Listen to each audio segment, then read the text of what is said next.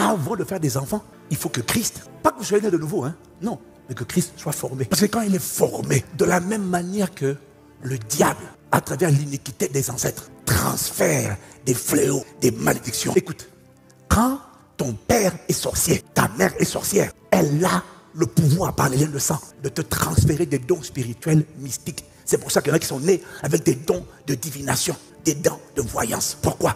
C'est transmis par des parents sorciers. Donc on peut transmettre par le sang.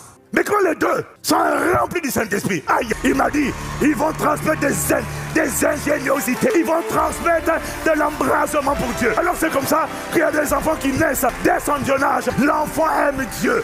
Dès son jeune âge, il a une voix terrible. Dès son jeune âge, il a une combinaison de dons spirituels, de capacités. Un enfant qui a 6 ans a des dons de connaissance, de discernement des esprits. Fait de nous des parents remplis du Saint-Esprit. Pour Dieu, le but du mariage. Donc, de Genèse à Apocalypse, quand tu vas étudier, Dieu ne s'intéresse qu'à son image. C'est celle-là qui va remplir la terre. Et son image, c'est Christ, l'image de Dieu invisible. Donc, ce que Dieu fait sur la terre, c'est de construire des hommes.